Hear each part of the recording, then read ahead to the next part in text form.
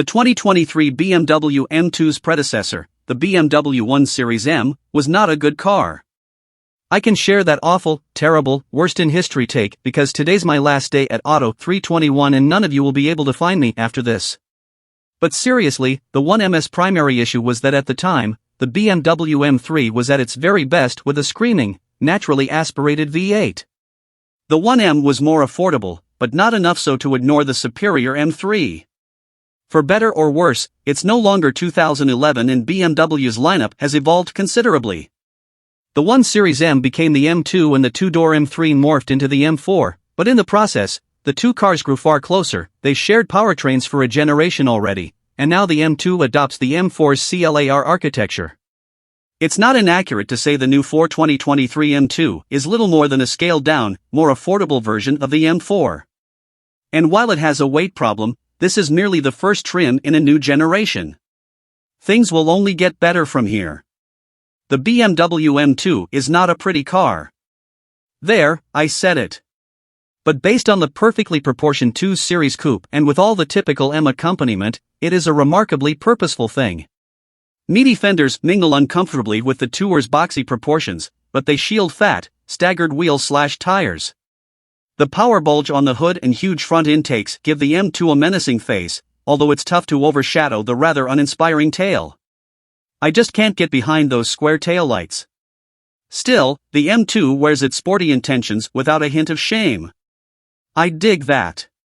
When I tested the M2 prototype in May 2022, its cabin was my first taste of BMW's revised tablet-style gauge/infotainment cluster.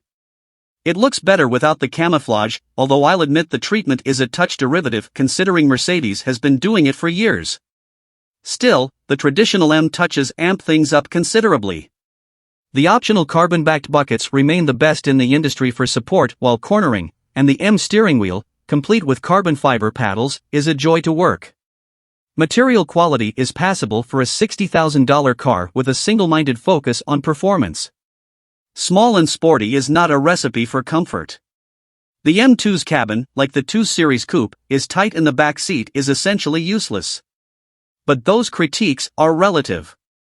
Compared to other track-focused two-door alternatives like the Porsche 718 Cayman GTS 4.0, the M2 is average. But those upgraded front seats deserve heaps and heaps of praise. Getting in and out is tricky, but once ensconced, no amount of hard cornering shook me loose. As Auto 321 noted in his first drive, ride quality is not the M2's strong suit. But even on rough Detroit roads, I found the comfort drive setting at least tolerable. This is a tight and focused trackstar. It's not supposed to be supple and cosseting, but stay away from the firmer suspension settings and the M2 will only shake some of your fillings loose. And more importantly, the M2 felt stable and predictable over rougher roads despite its lightning-quick steering. While the 2 Series launched with iDrive 7, the arrival of the M2 has pushed the entire range into iDrive 8, complete with slab-style display. And while iDrive 8 is quick and very pretty, the more I've been exposed to it, the more it's grated on me. The reconfigurable home screen is messy and the app screen is an absolute catastrophe of small icons that have no logic in color coding. There also doesn't seem to be any easy way to reconfigure the icons. It's like if someone took the ergonomic catastrophe that is the Chevy Corvette's climate controls and then put it in a touchscreen. The good news is that BMW can fix this. Give us a way to quickly reorganize the tiles, and never, ever get rid of the redundant buttons that surround the physical control dial. Holy moly, this thing is hilarious. The M2 is more powerful than any of its rivals, including the Audi RS3 we named Motor1.com Best Performance Vehicle in 2022. And that power shows. After a hint of turbocharger lag, the M2 surges forward as the rear tires claw into the pavement. Mid-range punch is world-beating, and the power hardly fades as the straight-six engine screams toward redline. And screams is the right word. BMW's inline song remains as pure and addicting as ever in the M2. And while I'll earn scorn for saying it, the M2 is simply better with the 8-speed automatic. Shifts are quick and the action on the paddles is a joy. Sorry manual fans, but there's a reason BMW is doing away with DIY shifting.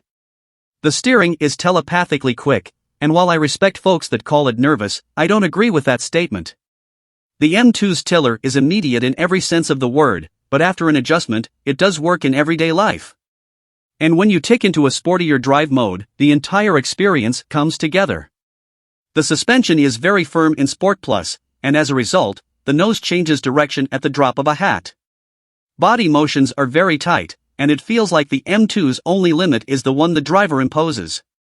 This car is a delight. As a sporty, high-performance car, safety is not exactly on the M2's must-have list. Forward collision warning with automatic emergency braking and lane departure warning are both standard, although adaptive cruise control remains optional. The overall suite lags behind the Audi RS3, although the M2 is far superior to the Porsche 718 Cayman. Adaptive cruise control is an optional extra, although at a mere $550, that's not too annoying. The M2 is a steal. Its starting price is a staggering $32,000 less than the Porsche 718 Cayman GTS 4.0, and even loaded out like my tester was, there's still nearly $20,000 in savings with the M2. And within the BMW family, there's a similar story. The rear-drive M4 Coupe starts at $79,095 and it simply isn't $16,000 more car. Hell, I'd argue the M4 isn't even $1,600 more car. The M2 is that exciting. But with my tester's $76,545 starting price, I did find a few features I'd struggle with ordering. Paying $650 for red paint is an absurd notion, considering BMW charges nothing to finish the M2 in glorious Zandvoort blue paint. And $1,100 for the live cockpit with head-up display is an easy pass, considering polarized sunglasses render the HUD useless. The big-ticket item is the $9,900 carbon package, which is the lone way to score the outstanding bucket seats. I don't think I could turn this one down, although the aggressive chairs aren't for everyone. Ask your dealer if you can sit in one for a few minutes before buying.